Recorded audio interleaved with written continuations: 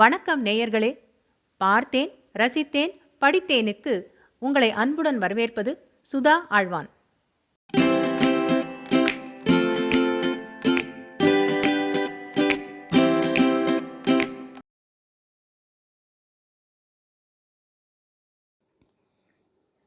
அமரர் கல்கியின் சாகித்ய அகாடமி விருது பெற்ற அலை ஓசை பாகம் 4 பிரளயம் அத்தியாயம் 11 பட்டாபியின் பதவி மோகம்.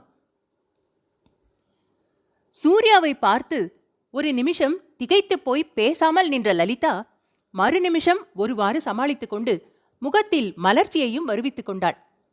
சூர்யாவா?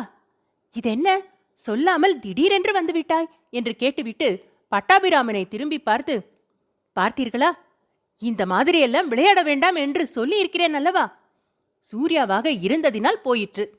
வேறு யாராவது பார்த்திருந்தால் நிஜம் என்றல்லவா நினைத்துக் கொள்வார்கள் என்றாள். பட்டாபிராமன் ஒரு அசட்டு சிரிப்பு சிரித்துவிட்டு, வா அப்பா, நல்ல சமயம் பார்த்துத்தான் வந்தாய். தாம்பத்திய கலக நாடகம் நடந்து கொண்டிருக்கும் போது என்றான்.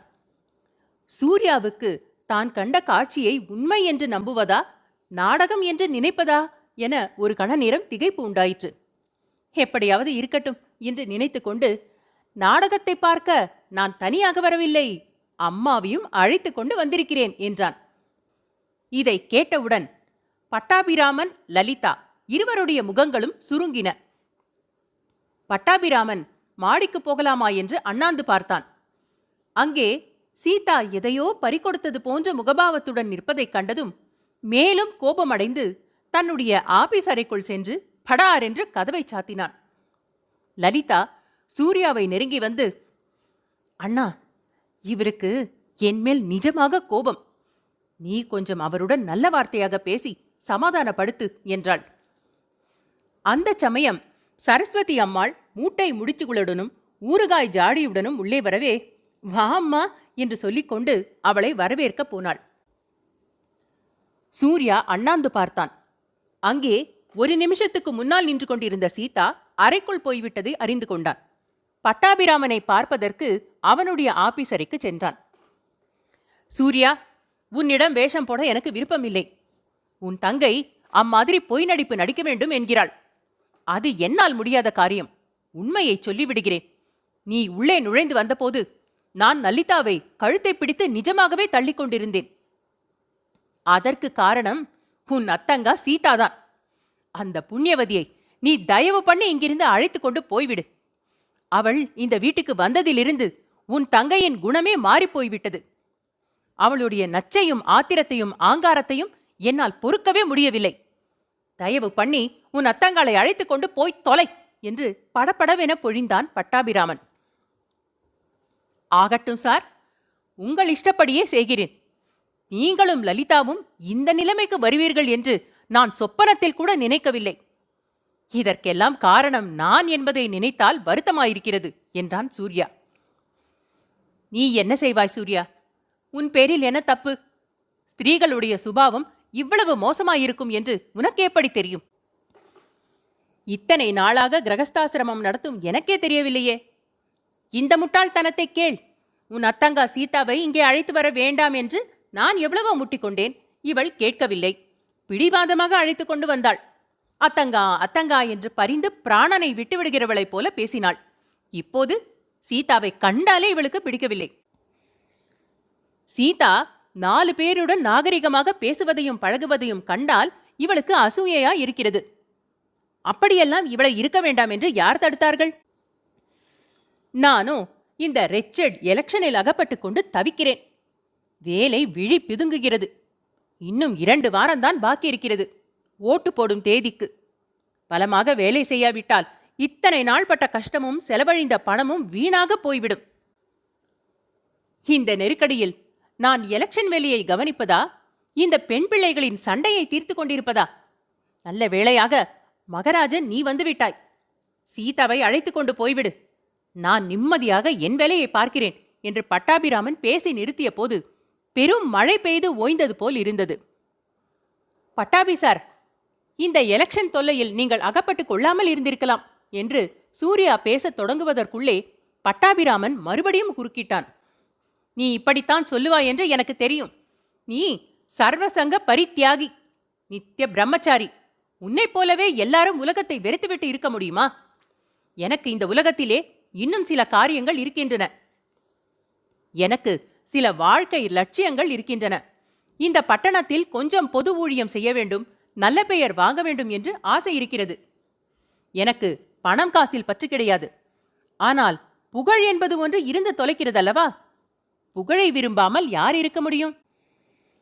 தன்னோடொத்தவர்கள், தன்னுடைய ஊர் மனிதர்கள், தன்னுடைய தேசத்தவர்கள், இவர்களிடம் புகழடைய ஒருவன் விரும்பவில்லை என்று சொன்னால் அதை என்னால் நம்ப முடியாது.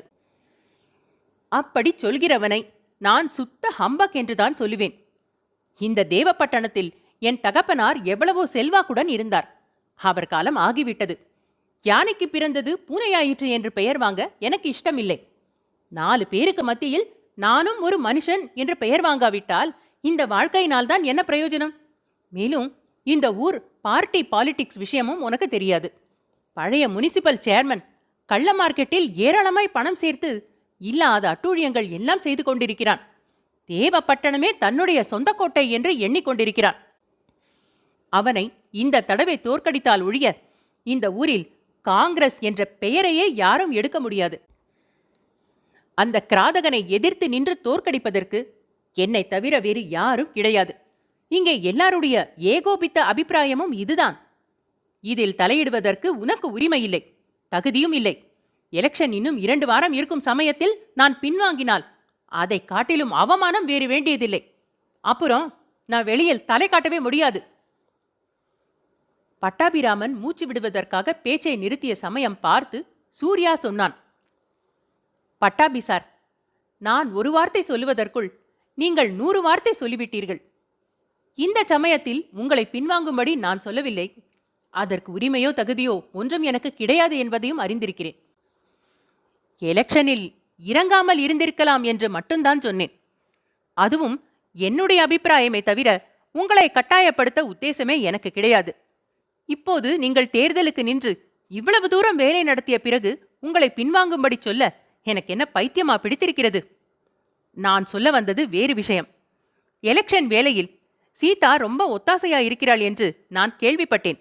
ஆகையால் அவளை இந்த சமயம் ஊருக்கு அனுப்புவது உச்சிதமாயிராது. இத்தனை நாள் இருந்தவள் இன்னும் 2 வாரம் இருக்கட்டும். அதற்கு பிறகு வேண்டுமானால் பார்க்கலாம். உனக்கென்னடா அப்பா சூர்யா, வாய் புளித்ததோ மாங்காய் புளித்ததோ என்று சொல்லிவிடுகிறாய். கஷ்டப்படுகிறவன் நான் அல்லவா? இந்த 2 பொம்மநாட்டிகளுக்கு மத்தியில் அகப்பட்டு கொண்டு என்னால் இனிமேல் சங்கடப்பட முடியாது. வேலை அந்நியாயமாய் கெட்டுப்போகிறது. அப்படி சீதா இங்கு இருக்கிறதா இருந்தால் லலிதாவையாவது நீ அழைத்து கொண்டு போக வேண்டும். போதும் போதாதற்கு உன் அம்மா வேறு வந்திருக்கிறாள். சிவசிவா, வீட்டில் இனிமேல் 24 மணி நேரமும் ரகளைதான். சூர்யா, உனக்கு புண்ணியமாய் போகட்டும். நீ சீதாவையும் உன் தாயாரையும் இன்றைக்காவது நாளைக்காவது அழைத்து கொண்டு போய்விடு, தெரிகிறதா? நானும் லலிதாவும் எப்படியோ எங்கள் பாட்டை பார்த்துக் கொள்கிறோம். இந்த உலகத்தில் ஒருவரை பார்த்து ஒருவர் பிறந்திருக்கவில்லை அல்லவா? சீதாவை நம்பிக்கொண்டுதானா இந்த எலெக்ஷனில் நின்றேன்? பட்டாபி சார், கொஞ்சம் என் வார்த்தையை கேளுங்கள். என்னுடைய அபிப்பிராயத்தில் உங்களுக்கு எப்போதும் கௌரவம் இருந்து வந்தது. நான் அப்படி ரொம்ப தவறுதலாக எந்த காரியத்தையும் சொல்ல மாட்டேன் என்ற நம்பிக்கை உங்களுக்கு இருந்து வந்தது. அதை கொஞ்சம் ஞாபகப்படுத்திக் கொண்டு ஒரே ஒரு நாள் எனக்கு சாவகாசம் கொடுங்கள். அதற்குள் சீதாவிடமும் லலிதாவிடமும் பேசி பார்த்துவிட்டு முடிவாக என் அபிப்பிராயத்தை சொல்கிறேன். ஒன்றிலும் சரிக்கட்டி வராது என்று தோன்றினால் உங்கள் இஷ்டப்படியே சீதாவை அழைத்து கொண்டு போய்விடுகிறேன் என்றான் சூர்யா. சரி, உன்னுடைய சாமர்த்தியத்தை பார்த்து விடலாம் என்றான் பட்டாபிராமன். சீதாவை பார்த்து சூர்யா, அத்தங்கா, நான் உள்ளே வந்தபோது நடந்த நாடகத்தை நீயும் மாடியிலிருந்து பார்த்தாய் போலிருக்கிறதே என்றான். ஆமா சூர்யா, அது என் தலைவிதி. காசிக்கு போனாலும் தன் பாவம் தன்னோடு என்பார்கள் அல்லவா? அதுபோல நான் எந்த இடத்துக்கு போனாலும் என்னோடு துரதிர்ஷ்டத்தையும் கொண்டு போகிறதாக காண்கிறது. நான் நல்லது செய்ய பார்த்தாலும் அது எப்படியோ கெடுதலாய் முடிந்து விடுகிறது. இன்றைக்கே நான் இந்த வீட்டிலிருந்து கிளம்பி விடுவதாக தீர்மானித்து விட்டேன். இன்றைக்கே கிளம்பி எங்கே போவதாக உத்தேசம்? என்று சூர்யா கேட்டான். எங்கே போகிறது? போகிறதற்கு இடமில்லையா என்ன? கிணறு, குளம், ஏரி, சமுத்திரம் எல்லாம் தான் இருக்கிறது. இல்லாவிட்டால் ரயில் தண்டவாளம் இருக்கிறது. மதராசுக்கு போய் ஒரு தடவை வசந்தியை பார்த்துவிட வேணும். அப்புறம் ஏதாவது ஒரு வழி தேடிக் கொள்கிறேன். உனக்கு அதை பற்றிய கவலை வேண்டாம் என்று சொல்லிவிட்டு சீதா கலகலவென்று கண்ணீர் வடித்தாள். அத்தங்கா, எல்லா கஷ்டங்களுக்கும் ஒரு முடிவு உண்டு. வாழ்க்கையில் நீ ரொம்ப கஷ்டப்பட்டிருக்கிறாய் என்பது உண்மைதான். ஆனால் உன்னை விட கஷ்டம் அனுபவித்தவர்களும் உலகத்தில் உண்டு. அவர்களுக்கெல்லாம் விடிவு காலமும் வந்திருக்கிறது. என்னுடைய கஷ்டகாலம் என்னோடு மட்டும் போனால் தேவலையே சூர்யா. நான் எங்கே போகிறேனோ அங்கெல்லாம் தொடர்ந்து வந்து விடுகிறதே. ராஜம்பேட்டைக்கு வந்தேன். அருமை மாமாவை யமலோகத்துக்கு அனுப்பினேன். இவ்விடம் வந்தேன். என் அருமை தோழிக்கும் அவளுடைய புருஷனுக்கும் சண்டையை மூட்டினேன். டில்லியிலே அவருக்கு என்னாலே உத்தியோகமே போய்விட்டது. சூர்யா, வசந்தியை மதராஸிலிருந்து நான் ஏன் அழைத்து கொண்டு வரவில்லை தெரியுமா? பள்ளிக்கூடம் வீணாய் போய்விடுமே என்று குழந்தை சொன்னது வாஸ்தவந்தான். அது அவளாய் சொல்லவில்லை. பாட்டி சொல்லிக் கொடுத்ததையே சொன்னாள். பள்ளிக்கூடம் போனால் போகிறது, என்னுடன் வா என்று நான் சொல்லியிருந்தால் கட்டாயம் வந்திருப்பாள். ஆனால் நான் வற்புறுத்தி கூப்பிடவில்லை. எனக்கென்னமோ மனசில் சதா காலமும் ஒரு பயம் தோன்றிக் கொண்டிருந்தது. என்னுடன் இருப்பவர்களுக்கெல்லாம் ஏதாவது ஆபத்து வரும் என்று. அதனால்தான் குழந்தையை அழைத்து வரவில்லை. பாட்டியிடமே பத்திரமாயிருக்கட்டும் என்று விட்டு வந்தேன். அத்தங்கா, ஒருவரால் ஒருவருக்கு கஷ்டம் வரும் என்பதெல்லாம் முட்டாள்தனம். உலகத்தில் உனக்கு மட்டும்தானா கஷ்டம் வந்திருக்கிறது? தேசம் தேசமாக கஷ்டம் வந்திருக்கிறது. லட்சக்கணக்கான ஜனங்களுக்கும் கோடிக்கணக்கான ஜனங்களுக்கும் ஒரே அடியாக கஷ்டம் வந்திருக்கிறது. வங்காளத்தில் 60 லட்சம் ஜனங்கள் பஞ்சத்தினால் செத்துப்போனார்கள். ஹிரோஷிமா என்னும் பட்டணத்தில் வசித்த 2.5 லட்சம் ஜனங்களும் ஒரே நிமிஷத்தில் அமெரிக்கா போட்டு அணுகுண்டினால் செத்துப்போனார்கள். நேற்று உலகத்தையே ஜெயித்து விட்டதாக கனவு கண்ட ஜெர்மானியர் 8 கோடி பேர் இன்று 4 தேசங்களின் காலடியில் கிடந்து மிதிப்படுகிறார்கள். கஷ்டம் ஏன் வருகிறது, எப்படி வருகிறது என்பதெல்லாம் நம்முடைய பகுத்தறிவினால் கண்டறிய முடியாத தெய்வ ரகசியம். ஒருவருக்கு இன்னொருவர் கஷ்டத்தை உண்டு பண்ண முடியாது. ஒருவருடைய துரதிர்ஷ்டம் இன்னொருவரை தொடர முடியாது. சரி சூர்யா, உன்னோடு வாதம் செய்ய என்னால் முடியுமா? பின்னே என்னதான் செய்ய வேண்டும் என்கிறாய் சொல். கடவுள் எந்தெந்த நிலைமையில் நம்மை வைத்திருக்கிறாரோ அந்தந்த நிலைமையில் நம்முடைய கடமையை செய்ய வேண்டியது என்றான் சூர்யா. இப்போது என்னுடைய கடமை என்ன என்று சீதா கேட்டாள். அத்தங்கா, இப்போது உன்னுடைய கடமை இந்த எலெக்ஷனில் பட்டாபி ஜெயிக்கும்படி செய்வதுதான். மாப்பிள்ளை பட்டாபியின் மனத்தை என்னை போல் அறிந்தவர்கள் இல்லை. பட்டம் பதவியின் பேரில் அவருக்கு மோகமே கிடையாது. 6 மாதத்துக்கு முன்னால் அவரிடம் தேர்தலுக்கு நில்லுங்கள் என்று யாராவது சொல்லியிருந்தால் குலுங்கச் சிரித்திருப்பார். அப்படிப்பட்டவருடைய மனத்தில் தேர்தல் வெறியை நீ மூட்டிவிட்டாய். இதுவரை தேர்தல் வேலையில் ஒத்தாசையும் செய்து வந்திருக்கிறாய். இந்த சமயத்தில் நீ கைவிட்டுவிட்டு போனால் அடியோடு எல்லாம் மாறிப்போனாலும் போகும். ஆகையால் தேர்தல் தேதி வரையில் இருந்து ஆரம்பித்த காரியத்தை முடித்துக் கொடுக்க வேண்டியது உன்னுடைய கடமை என்றான் சூர்யா. நீ சொல்வதெல்லாம் சரி என்று நான் ஒப்புக்கொள்ளவில்லை. அப்படியே ஒப்புக்கொண்டாலும் இந்த வீட்டில் இனிமேல் நான் எப்படி இருக்க முடியும்? நீ வருவதற்கு சற்று முன்னால் இங்கே என்ன பேச்சு நடந்தது என்று உனக்கு தெரியாது. என்னை இந்த வீட்டை விட்டு விரட்டிவிட்டு மறுகாரியம் பார்க்கும்படி லலிதா பட்டாபிராமனிடம் சொன்னாள். சீதா இந்த வீட்டை விட்டு போக மாட்டாள், போகிறதா இருந்தால் நீதான் போக வேண்டும் என்று பட்டாபிராமன் சொன்னார். இந்த வார்த்தைகளை என் காதாலேயே கேட்டேன். நிலைமை இவ்வளவு விகாரமாக போன பிறகு நான் இந்த வீட்டில் இருக்கலாமா? அத்தங்கா, அவர்கள் 2 பேரும் புத்தி நிதானமாயிருக்கும்போது அவ்விதம் சொல்லியிருக்க மாட்டார்கள். லலிதா ஏதோ கோபத்தில் உளறியிருக்கிறாள். பட்டாபியும் ஆத்திரத்தினால் யோசியாமல் ஏதோ சொல்லியிருக்கிறார். நீ தேர்தல் முடியும் வரையில் இங்கே இருக்க வேண்டும் என்று லலிதாவைக் கொண்டே நான் கேட்டுக்கொள்ளச் செய்கிறேன். அவள் கேட்டுக்கொண்டு என்ன பிரயோஜனம்? மாமி வேறு வந்திருக்கிறாள். மாமிக்கு ஏற்கனவே என் பேரில் அசாத்தியமான கோபம். இதெல்லாம் மாமிக்கு தெரிந்தால் என்னை இந்த வீட்டில் ஒரு நிமிஷமாவது இருக்க விடுவாளா? மாப்பிள்ளைக்கு சேர்மன் வேலை ஆக வேண்டும் என்ற ஆசை. அம்மாவின் மனத்தில் குடிகொண்டு விட்டது. அதற்காக உன் காலில் விழுந்து வேண்டிக் கொள்ள வேண்டுமானாலும் வேண்டிக் கொள்வாள். உண்மையில் உன்னை இங்கே இருக்கும்படி செய்வதற்காகவே அம்மா இப்போது வந்திருக்கிறாள், தெரியுமா? இதை கேட்டதும் சீதாவுக்கு ஒரே ஆச்சரியமாக போய்விட்டது. இத்தனை நேரம் வாடி சுருங்கியிருந்த அவளுடைய முகத்தில் சிறிது மலர்ச்சி உண்டாயிற்று. சூர்யா, நீ சொல்வது உண்மைதானா அல்லது பரிகாசம் செய்கிறாயா என்று கேட்டாள். பரிகாசம் இல்லை, உண்மைதான். இன்னும் சிறிது நேரத்துக்கெல்லாம் அம்மாவே உன்னிடம் வந்து சொல்லுவாள். மேலும் ராஜம்பேட்டை சீமாச்சுவையர் பட்டாபிக்கு எதிராக இந்த தேர்தலில் வேலை செய்கிறாராமே? ஆமா, அதை பற்றி என்ன? சீமாச்சுவையர் இங்கிருந்து கிராமத்துக்கு வந்து அம்மாவிடம் உன்னை பற்றி புகார் சொன்னார். நீதான் பட்டாபியின் புத்தியை கெடுத்துவிட்டாய் என்றும் எலெக்ஷனுக்கு நிற்பதில் பணம் எல்லாம் போய்விடும் என்றும் லலிதாவுக்கு இதெல்லாம் பிடிக்கவில்லை என்றும் சொன்னார். ஆனால் பலன் சீமாச்சுவையர் எதிர்பார்த்ததற்கு நேர்மாறாக ஆயிற்று. மாப்பிள்ளை பெரிய உத்தியோகத்துக்கு போகவில்லை என்று அம்மாவுக்கு ரொம்ப குறை. இப்போது சேர்மன் வேலையாவது ஆகட்டும் என்று 100 தெய்வங்களை வேண்டிக் கொண்டிருக்கிறாள். பெண்ணுக்கு புத்தி சொல்வதற்காகவும் உன்னை உற்சாகப்படுத்துவதற்காகவுமே வந்திருக்கிறாள்.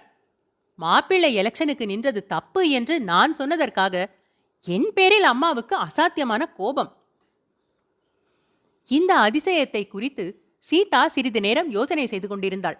பிறகு சூர்யாவை பார்த்து, நான் எப்படியும் மதராசுக்கு ஒரு நடை போக வேண்டும். சூர்யா, குழந்தை வசந்தியிடமிருந்து நேற்று கடிதம் வந்திருக்கிறது என்றாள். வசந்தி கடிதத்தில் என்ன எழுதியிருக்கிறாள் என்று சூர்யா கேட்டான். இன்னும் 4 நாட்களில் பள்ளிக்கூடம் சாத்தி விடுவார்களாம். என்னை பார்க்க ஆசையா இருக்கிறதாம். உடனே மதராசுக்கு வந்து அழைத்து போகும்படி எழுதியிருக்கிறாள். அத்தங்கா, நீ எலெக்ஷன் வேலையை பார், நான் போய் வசந்தியை அழைத்து கொண்டு வருகிறேன் என்றான் சூர்யா. சரஸ்வதி அம்மாள் தன் குமாரி லலிதாவை பார்த்து, உன்னை போல அசட்டு பெண்ணை பார்த்ததே இல்லை. உன் அகத்துக்காரர் எலெக்ஷனில் ஜெயிப்பதற்கு அந்த பெண் சீதா எவ்வளவோ பாடுபட்டு வேலை செய்கிறாளா? நீ ஏதாவது குத்தம் குறை சொல்லிக் கொண்டிருக்கிறாயாமே என்றாள். அம்மா, உனக்கு கூட எலெக்ஷன் பைத்தியம் பிடித்துவிட்டது. எலெக்ஷன் என்றால் ஏதோ சாதாரண விஷயம் என்று நினைத்துக் கொண்டிருக்கிறாய். அதனால் எவ்வளவோ விரோதங்கள் வந்து சேரும். என் மாமா எலெக்ஷனில் தலையிட்டதனால் எவ்வளவு சங்கடப்பட்டார் தெரியுமா? எல்லாம் தெரியுமடி, தெரியும். எனக்கு தெரியாததற்கு நீ சொல்ல வந்துவிட்டாய்.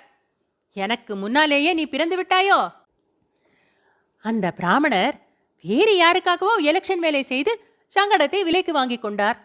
இது அப்படி இல்லையே, மாப்பிள்ளையே தானே நிற்கிறார். மாப்பிள்ளையே நின்றால் விரோதம் வராமல் போய்விடுமா? எந்த காரியத்தில்தான் விரோதம் ஏற்படாமல் இருக்கிறது? வெற்றிலை பாக்கு கடை வைத்து 4 காசு லாபம் சம்பாதித்தால் அதற்கு கூட 4 பேர் விரோதம். யாராவது ஒரு பொம்மநாட்டி நல்ல புடவை கட்டிக்கொண்டால் அதை பார்த்து 4 பேருக்கு அசூயை. மாட்டு வண்டியிலே போனால் 4 பேருக்கு விரோதம், மோட்டாரிலே போனால் அதில் 4 பேருக்கு விரோதம். அப்படியெல்லாம் விரோதம் வரும் என்று பயந்து கொண்டிருந்தால் இந்த உலகத்தில் வாழ முடியுமோ? ஆண்டி பரதேசியா போக வேண்டியதுதான். மாப்பிள்ளை இந்த எலெக்ஷனிலே ஜெயித்தால் நாளைக்கு சேர்மன் வேலைக்கு வரலாம் என்று சொல்கிறார்களே, அது நிஜம்தானே? வந்தால் என்ன பிரயோஜனம் அம்மா? சேர்மன் என்று நெற்றியில் எழுதி ஒட்டிக்கொள்கிறதா? சி, அசடே, ஏதாவது ஏடகூடமாய் சொல்லாதே. சேர்மன் வேலை என்றால் சாதாரணம் என்று நினைக்கிறாயோ?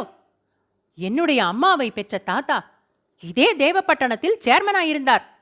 அவருடைய வீட்டுக்கு சேர்மன் வீடு என்று பெயர். அந்த காலத்திலே மோட்டார் வண்டி இல்லை. இரட்டை குதிரை சேரட்டில் ஆபீஸுக்கு கிளம்புவார். அதை பார்க்க வீதியில் உள்ளவர்கள் எல்லாரும் வீட்டு வாசலில் வந்து நின்று வேடிக்கை பார்ப்பார்கள். தாத்தாவுடன் இரட்டை குதிரை சேரட்டில் நான் கூட ஒரு தடவை ஏறி போயிருக்கிறேன். நன்றாக ஞாபகம் இருக்கிறது. லலிதாவுக்கு சிரிப்பு வந்தது. மனத்திலும் மகிழ்ச்சி உண்டாயிற்று.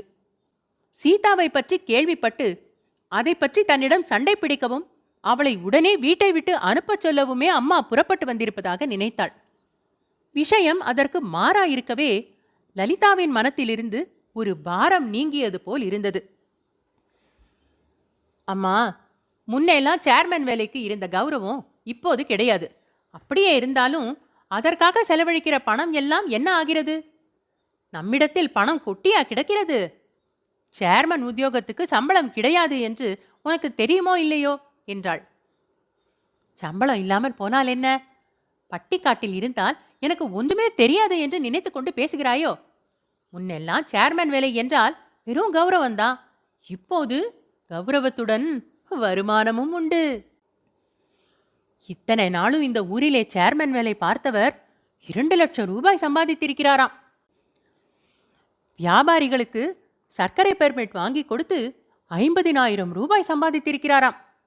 அவர் குழந்தைகளுக்கு போன வருஷம் ஆண்டு நிறைவு கல்யாணம் நடந்துதான். 500,000க்கு பிரசன்ட் மட்டும் வந்துதான். உன் குழந்தைக்குத்தான் ஆண்டு நிறைவு நடந்தது. என்ன கிடைத்தது? வந்திருந்தவர்களுக்கு போலீஸ்காரர்களின் குண்டாந்தடி அடிதான் கிடைத்தது. லலிதா கழுக்கென சிரித்தாள். என்னடி சிரிக்கிறாய் பெண்ணே? நான் சொல்கிறது சிரிப்பா இருக்கிறதா என்று சரஸ்வதி அம்மாள் கேட்டாள். அதற்காக சிரிக்கவில்லை அம்மா. நீ சொல்கிறது ஒரு விதத்தில் உண்மைதான். சில பேர் சேர்மன் வேலையிலே கூட பணம் சம்பாதிக்கிறார்கள். ஆனால் உன் மாப்பிள்ளை அப்படிப்பட்டவர் இல்லையே என்பதை நினைத்து கொண்டு சிரித்தேன். அவர் கை நீட்டி பணம் வாங்கவும் மாட்டார், பிரசன்ட் வாங்கவும் மாட்டார், ஒருவரை ஒன்று கேட்கவும் மாட்டார். இவர் என்னத்துக்காக வாங்க வேணும்? இவர் கை நீட்டி ஒன்றும் வாங்க வேண்டியதில்லை, ஒருவரை ஒன்று கேட்க வேண்டியதும் இல்லை. சேர்மன் வேலை ஆகிவிட்டால் எல்லாம் தானே தேடிக்கொண்டு வராதா? இதை கேட்டுக்கொண்டே சீதா சமையலறைக்குள் வந்தாள். லலிதா அவளை பார்த்து புன்னகை புரிந்தாள். தனக்கும் தன் புருஷனுக்கும் நடந்த பேச்சை சீதா மேல் மாடியிலிருந்து கேட்டுக்கொண்டிருந்தது லலிதாவுக்கு தெரியாது. ஆகையால் கொஞ்சம் குதூகலமாகவே சீதாவை பார்த்து, அத்தங்கா, கேட்டாயா அதிசயத்தை? அம்மா ஒரே அடியாக உன் கட்சி பேசுகிறாள். இந்த எலெக்ஷன் விஷயத்திலே நம் வீட்டில் உன் கட்சிக்குத்தான் மெஜாரிட்டி இருக்கிறது. நான் மைனாரிட்டி ஆகிவிட்டேன். அம்மாவுக்கு இருக்கிற உற்சாகத்தை பார்த்தால் மாப்பிள்ளை எலெக்ஷனுக்கு இவளே வீடு வீடாக போய் ஓட்டு கேட்பாள் போல் இருக்கிறது என்றாள் லலிதா. அத்தியாயம் 11 பட்டாபியின் பதவி மோகம் நிறைவுற்றது. அன்பான நேயர்களே, இது போன்ற மேலும் சுவையான கதைகள் மற்றும் கட்டுரைகள் கேட்க பார்த்தேன், ரசித்தேன், படித்தேன் எங்கள் சேனலுக்கு சப்ஸ்கிரைப் செய்யுங்கள்.